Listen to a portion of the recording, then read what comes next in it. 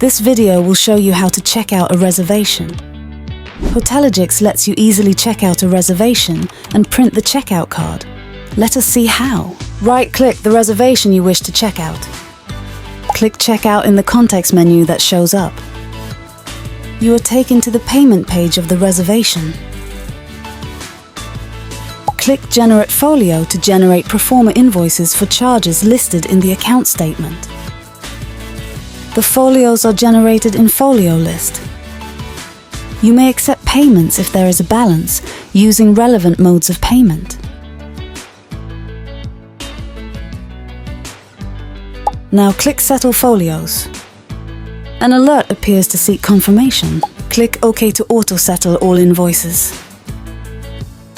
Now lock the settled folios to finalize invoices with invoice numbers. Note: the final invoice with valid invoice number is only available once a proforma invoice is settled and locked.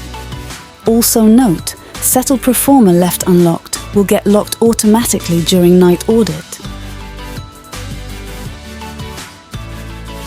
You can now click Checkout. The reservation is checked out. A checkout card is displayed with stay details or summary.